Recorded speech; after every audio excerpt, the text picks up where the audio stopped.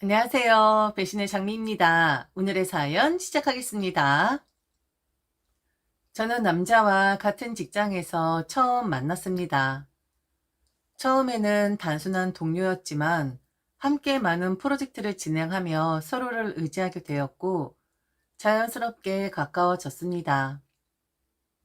그는 성실하고 책임감이 강한 사람이었으며 동료들에게도 친절하고 배려심이 깊었습니다. 저도 그럼 그의 모습에 점점 끌리게 되었고, 어느 순간부터 그를 향한 감정이 특별해지고 있음을 깨달았죠. 우리의 연애는 그렇게 시작되었습니다. 함께 일하고 퇴근 후에는 서로의 하루를 공유하며 시간을 보냈죠. 3년이라는 시간이 흐르면서 우리는 서로에 대한 신뢰와 애정이 깊어졌고, 결혼이라는 단어도 조심스레 입에 오르내리기 시작했습니다. 하지만 저는 아직 결혼에 대한 확신이 없었습니다.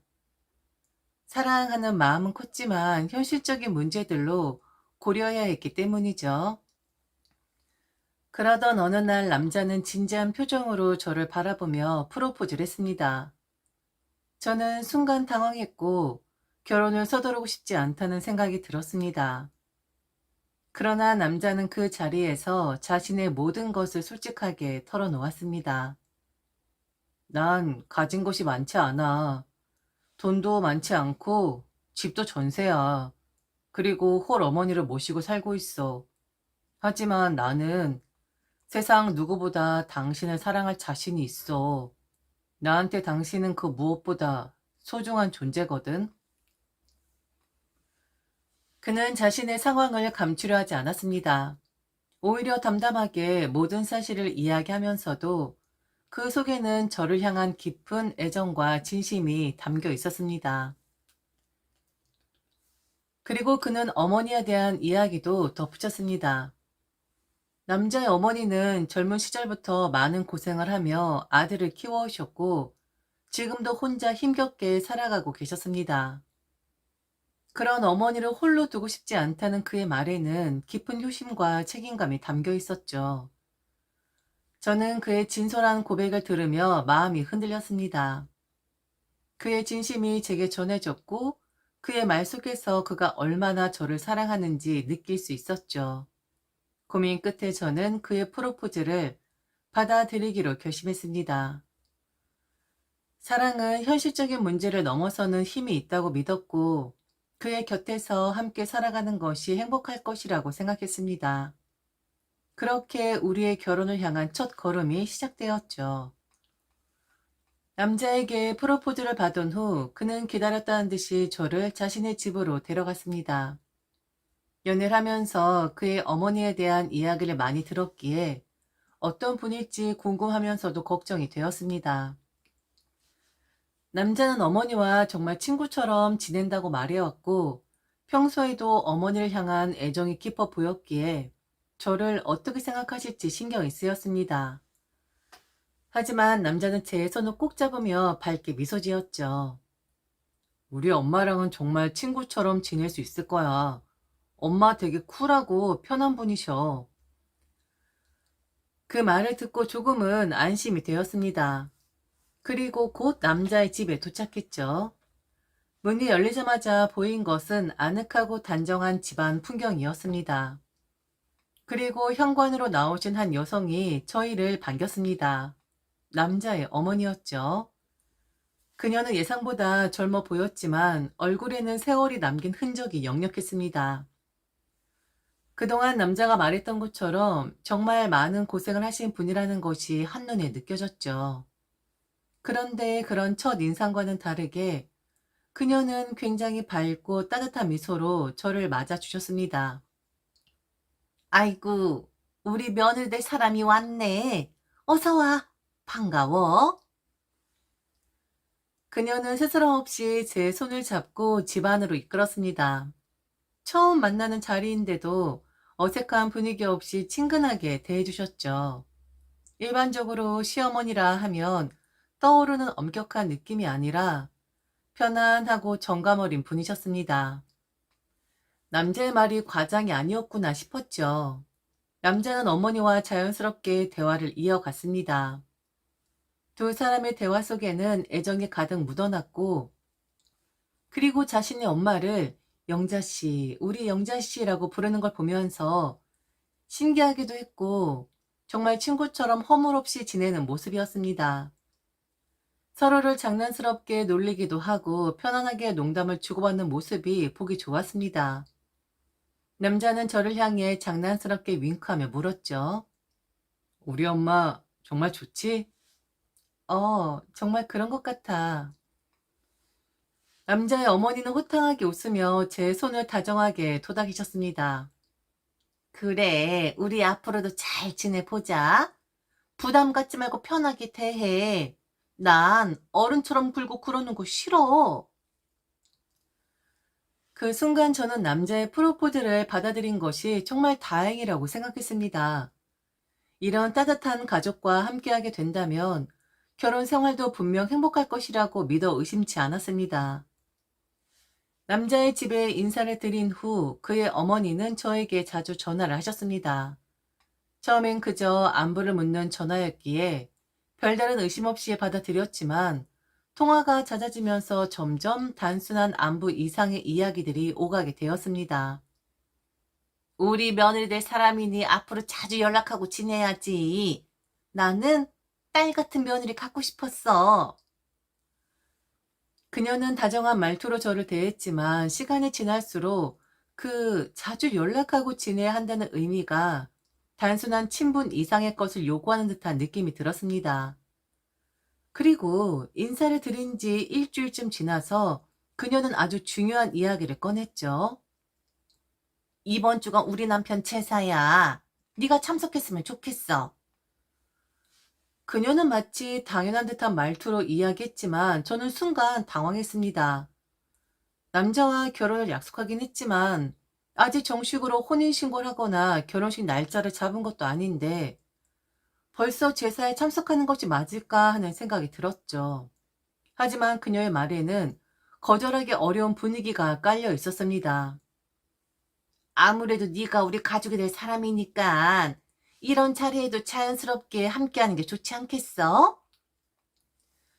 저는 고민했습니다. 직장 업무도 있었고 제사를 위해 하루 연차를 내야 한다는 것도 부담이 되었죠. 그런데 그녀는 곧바로 제 머뭇거림을 눈치챘는지 한층 더 적극적으로 설득을 시작했습니다. 연차 내고 오면 되잖아. 가족 행사 있을 때 연차 쓰는 거 아니야? 아침부터 나랑 같이 제사 준비하면 좋겠어. 그래야 네가 성의 있는 사람이란 거 보여줄 수도 있고, 그리고 네가 말 안 하고 연차 내고 준비했다가 우리 아들이 알면 얼마나 감동하겠어? 그녀의 목소리는 마치 이건 네가 당연히 해야 할 일이라는 듯 설득력 있게 들려왔습니다. 그 순간 저는 가슴속에 알 수 없는 불편한 감정을 느꼈습니다. 물론 가족이 된다는 건 서로에게 신경을 쓰고 챙겨야 하는 일이겠지만 이렇게 은근히 압박하는 방식이 옳은 것일까 하는 생각이 들었죠. 남자와 결혼을 약속하긴 했지만 저는 아직 공식적으로 그 집안 사람이 된 것도 아닌데 이미 며느리처럼 행동하길 기대하는 그녀의 태도에 묘한 부담감이 느껴졌습니다. 하지만 정작 그녀는 저의 고민을 아는지 모르는지 마치 제가 당연히 참석할 거라고 확신하는 듯 밝은 목소리로 덧붙였습니다. 네가 이런 걸 먼저 하면 우리 아들도 네가 얼마나 정성스러운 사람인지 다시 한번 느끼게 될 거야. 결혼 전에 이렇게 한번 챙겨주면 평생 너한테 더 잘할걸?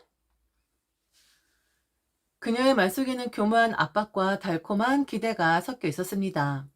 남자의 제사 참석 문제는 결국 그의 중재로 참석하지 않은 것으로 마무리되었습니다.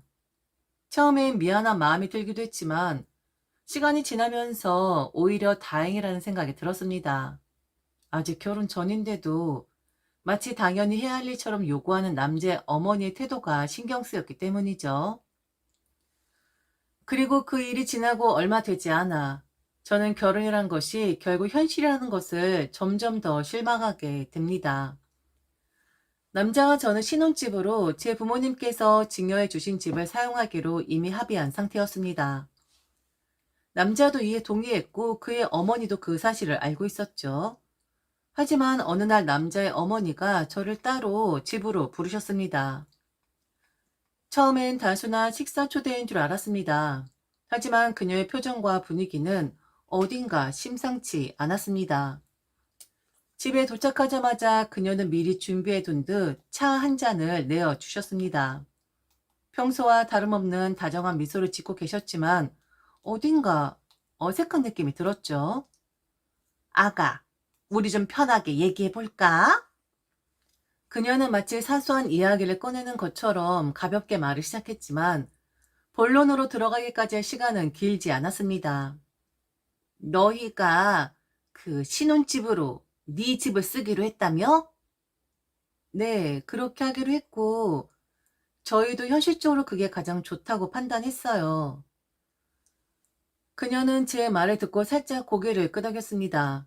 마치 제 의견을 존중하는 듯 보였지만 이어지는 말은 전혀 다른 방향으로 흘러갔죠. 그런데 말이야. 아무리도 남자가 네 명의의 집에서 살면 기가 죽지 않을까 걱정이 돼. 순간 제 등 뒤로 쌓은 기운이 스쳤습니다. 그녀의 말에는 분명한 의도가 담겨 있었죠. 우리 아들도 처가에서 해준 집에 살게 되면 가뜩이나 넉넉하지 않은 집안이라 더 눈치를 보게 될 거야. 어차피 네가 부모님께 받은 집이니까 너한텐 큰 의미가 없을 수도 있지만 남자 입장에서는 네 집에 들어가는 게 부담스럽지 않겠니? 그러니까 말인데 아가, 명의를 우리 아들 앞으로 해주는 건 어떨까? 그녀의 말이 끝나자마자 제 머릿속이 복잡해졌습니다. 저는 그녀가 배려라는 단어를 써가며 교묘하게 요구하고 있음을 직감했습니다.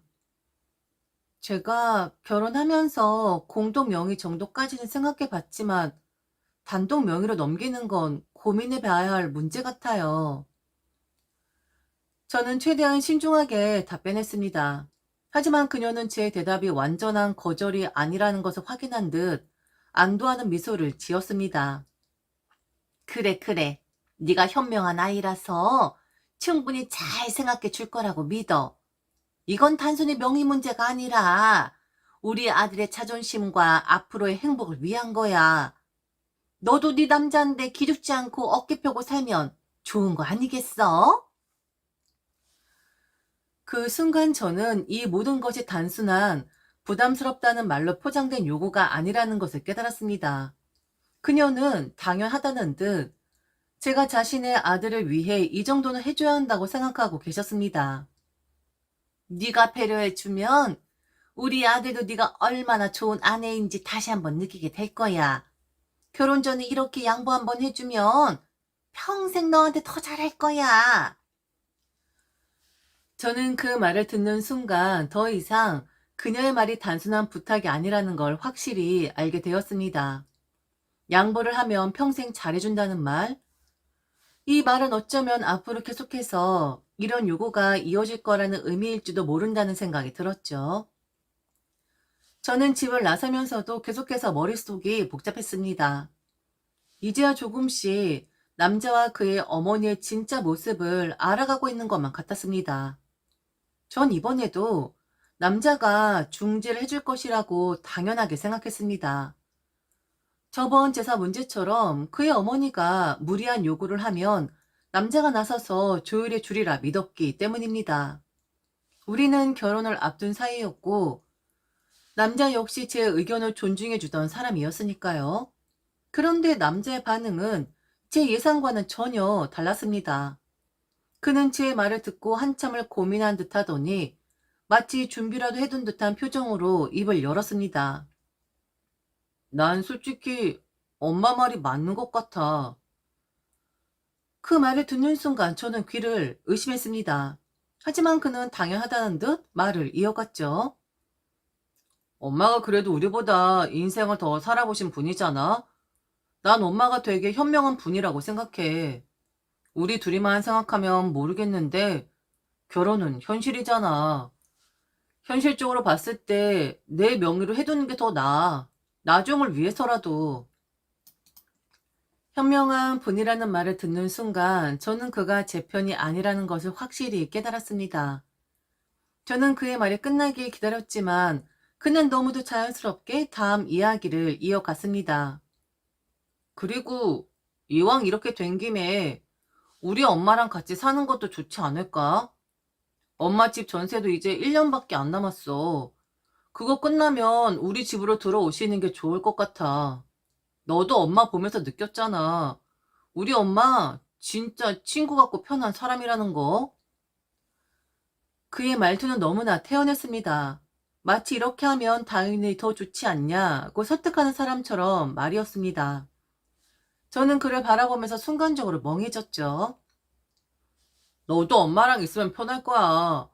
엄마가 워낙 요리도 잘하시고 살림도 꼼꼼하게 하시니까 오히려 우리한테 도움되는 부분이 많을 거야. 그리고 네가 직장 다니면서 힘들잖아. 그러면 엄마가 집안일도 좀 도와주시고 우리가 편하게 살 수 있지. 저는 그를 바라보며 황당함을 넘어 이게 진짜 현실인가 싶었습니다. 그는 지금 어머니와 함께 사는 것을 제게 배려인 양 포장해서 말하고 있었습니다. 그리고 마치 이것이 우리를 위한 최선의 선택인 것처럼 단정 짓고 있었죠. 너 왜 그래? 싫어? 야, 우리 엄마 진짜 좋은 분이야. 너도 알잖아. 진짜 부담 안 주고 편하게 대해주는 사람. 너도 엄마 좋아하지 않아? 처음 봤을 때도 편하다고 했잖아. 그제야 저는 깨달았죠. 그는 진심이었습니다. 정말로 자기가 하는 말이 전혀 이상하지 않다고 생각하고 있었습니다. 오히려 저에게 이렇게 좋은 환경을 왜 싫어하는지 이해하지 못하는 표정이었습니다. 그리고 이왕 명의 바꾸는 거 너도 고민할 필요 없어. 결혼하면 원래 다 같이 사는 거야. 요즘 다들 시부모님이랑 같이 사는 거 어려워하는데 우리 엄만 너한테 절대 부담 안 주잖아. 오히려 너한테 도움될 거야. 그는 이 모든 것이 제가 마땅히 받아들여야 하는 배려라고 말하고 있었습니다. 그리고 너무나도 태연하게, 너무나도 자연스럽게 이 상황을 당연한 듯 받아들이고 있었습니다. 저는 남자의 얼굴을 가만히 바라보았죠. 그가 너무도 태연하게 마치 당연한 권리인 듯 제게 이 모든 요구를 늘어놓는 모습을 보고 있자니 더 이상 어떤 말도 필요하지 않다고 느껴졌습니다.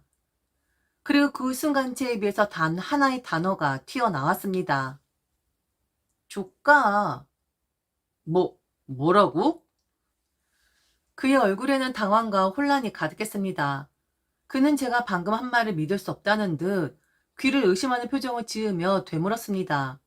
저는 그런 그를 똑바로 바라보며 다시 한번 분명하게 말했습니다. 조카라고. 순간 정적에 휩싸였습니다. 남자의 얼굴이 굳어졌고 그는 어이없다는 듯 저를 쳐다보았죠. 하지만 저는 주저하지 않았습니다.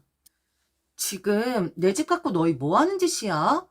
대체 왜 내 집을 가지고 명의를 바꿔라. 같이 살자는 말을 그렇게 당연하게 하는 거야? 네 엄마가 그러자고 했다고? 네가 듣기에도 말이 된다고? 지금 정신이 있는 거야? 없는 거야? 너 이러려고 나한테 프로포즈 한 거야? 처음부터 이게 목적이었어? 네 엄마 집 전세가 1년 뒤에 끝나니까 갈 곳 없어서 나한테 프로포즈 한 거냐고. 지금 월세방 구하는 것도 아니고 네가 무슨 짓을 하고 있는지 알기는 해? 제 말이 거세질수록 남자의 얼굴이 점점 일그러졌습니다. 하지만 그는 여전히 상황을 제대로 파악하지 못하는 듯 황당하다는 듯한 표정을 짓고 있었죠. 아니, 그게 아니라 됐어. 너랑 더 이상 할 얘기 없어. 네 엄마 말이 그렇게 현명하다며. 그러면 네 엄마랑 평생 살아. 헤어지자. 여기서 끝이야. 저는 남자와의 관계를 완전히 정리했다고 생각했습니다. 그 자리에서 단호하게 헤어지자고 말했고 더 이상 그와 엮일 이유가 없었습니다. 하지만 그렇게 간단히 끝날 일이 아니었습니다. 남자의 엄마에게서 연락이 왔죠. 제가 나올 때까지 기다리겠다는 그녀. 어쩔 수 없이 저는 그녀를 만나러 나가게 됩니다. 저는 그녀를 마주보며 한숨을 내쉬었습니다. 정말 끝났다고 생각했는데 이렇게까지 집요하게 나올 줄은 몰랐습니다. 남자도 남자지만 그의 어머니 역시 전혀 양심의 가책을 느끼지 않는 것 같았습니다. 아가, 부담돼서 그러는 거야? 나 진짜 친구처럼 해줄 거야. 너도 알잖아. 우리 아들이 나를 얼마나 편하게 대해? 네가 처음 우리 집 왔을 때 봤잖아? 우리 아들이 내 이름 부르면서 진짜 친구처럼 장난치고 대화하는 거. 우리 그런 사이야. 그러니까 너도 그렇게 하면 돼. 나를 시어머니라고 생각하지 말고 그냥 친구처럼 생각해봐. 그녀의 말은 너무나 자연스러웠고 마치 제게 큰 배려라도 해주는 듯한 느낌을 주려 하고 있었습니다. 하지만 저는 속이 부글부글 끓어오르는 걸 느꼈습니다. 이게 대체 무슨 소리란 말인가? 내 집을 자기 아들 명의로 넘겨주고 이제는 자신까지 함께 들어와 살겠다고 하더니 그것도 모자라 저한테 친구처럼 대해라라고? 시어머니를 엄마라고 부르는 게 아니라 영자야라고 부르면서 살아야 한다고? 이건 가당치도 않은 일이었습니다. 저는 조용히 그녀를 바라보다가 천천히 입을 열었습니다. 영자야. 그녀는 순간 당황한 듯 저를 쳐다보았죠. 너 이렇게 하는 거 아니야. 그녀의 미소가 점점 사라지는 것이 보였습니다. 하지만 저는 멈추지 않았습니다. 영자야, 정말 너랑 나랑 친구가 될 거라고 생각해? 우리 영자 인생 헛살았네? 지금 이건 결혼이 아니라 물줄을 원하는 거야. 네 아들은 노력 한 번 안 했는데 집이 생기고 너희는 내가 마련한 집에서 너까지 기어 들어오려고 하는 거잖아. 그런데 하물며 친구처럼 받아들이라고? 대체 네가 말하는 친구의 정의가 뭐야? 그리고 영자야, 너무 뻔뻔하지 않아? 그런데 그걸 배려라고 포장하는 거야? 우리 영자 거지 근성이 너무 뻔히 보인다. 그녀의 얼굴이 새빨개졌습니다. 하지만 저는 한치의 망설임도 없이 마지막 말을 던졌습니다. 그리고 영자야, 너랑 나랑 나이 차이가 몇인데 우리가 어떻게 친구가 될 수 있겠니? 나는 너 같은 애랑 친구 안 해. 너랑 친구 될 바엔 길에서 지나가는 강아지랑 친구가 되겠다. 그러니까 그만 징징거려. 욕 나오기 전에. 그 순간 그녀는 말문이 막힌 듯 멍하니 저를 바라보았습니다. 평소처럼 능글맞은 태도로 친근한 척하는 말투도 사라진 채 충격에 빠진 얼굴이었죠. 그렇게 저는 남자와의 관계를 완전히 정리했습니다. 하지만 같은 직장에서 얼굴을 마주치는 건 생각만 해도 불쾌했기에 저는 부서 이동을 요청했죠. 다행히 요청이 받아들여졌고 저는 전보다 훨씬 더 좋은 환경에서 일할 수 있게 되었습니다. 이번 일을 통해 저는 중요한 교훈을 배웠습니다. 사람의 속내는 절대 겉만 보고는 모른다는 것. 연애를 하며 사랑한다고 믿는다고 생각했던 남자가 결국 저를 조건으로만 보고 있었고 그의 어머니 역시 저를 하나의 도구로 생각하고 있었다는 사실을 깨달은 순간 저는 과거에 저 자신이 얼마나 순진했는지 한탄할 수밖에 없었습니다. 그리고 얼마 전 우연히 그 남자의 소식을 듣게 되었습니다. 그는 또 다른 여자를 만나고 있었고 결혼까지 생각하고 있었다고 했습니다. 저는 그 말을 들으며 저 인간이 또 다른 피해자를 만들었겠구나 싶어 씁쓸했습니다. 그런데 그 다음에 이어진 이야기를 듣고는 웃음이 나올 수밖에 없었습니다. 결국 파혼을 했다고 하더라고요. 그 이유가 뭔지 아세요? 남자의 엄마가 반대했대요. 그 여자가 없는 집안의 딸이라고. 네, 맞아요. 저한테는 부모님께 받은 집을 남자 명의로 바꾸라고 요구했던 그 어머니가 다른 여자가 집이 없다는 이유로 파혼을 시켰다는 거예요. 정말 기가 막히지 않나요? 자기 아들은 누군가의 집에 기대어 살면서도 당당해야 하고 결혼은 현실이니까 며느리가 모든 걸 양보해야 한다는 식으로 말하던 그 어머니가 이제 와서 없는 집안의 딸은 안 된다고 반대했다니요. 참 우습고 한심하고 구질구질 하더군요. 결국 그 남자도 그의 어머니도 평생 같은 방식으로 살아갈 수밖에 없는 사람들이었어요. 그들은 남들이 자기들을 위해 희생하는 것은 당연하게 여기면서 자신들이 조금이라도 손해볼 상황이 오면 가차없이 밀어내는 사람들이었죠. 야, 세상에 이런 사람들이 있더라고요. 이제 와서 다시 생각해 봐도 그때 그들과 엮이지 않기로 한 건 정말 최고의 선택이었어요. 저는 다시 저의 길을 걸어갑니다. 그리고 앞으로도 절대 그런 사람들에게 제 인생을 휘둘리지 않을 겁니다. 제가 배운 교훈은 하나예요. 절대, 절대 내가 가진 걸 당연하게 여기는 사람들에게 주지 말 것. 그리고 내가 그들에게 맞춰야 한다고 생각하는 순간 내 인생은 끝나는 거라는 것. 그렇게 저는 또 한 번 성장했고, 이제는 과거보다 훨씬 더 단단한 사람이 되었습니다. 지금까지 들어줘서 진심으로 감사합니다. 이상 배신의 장미였습니다.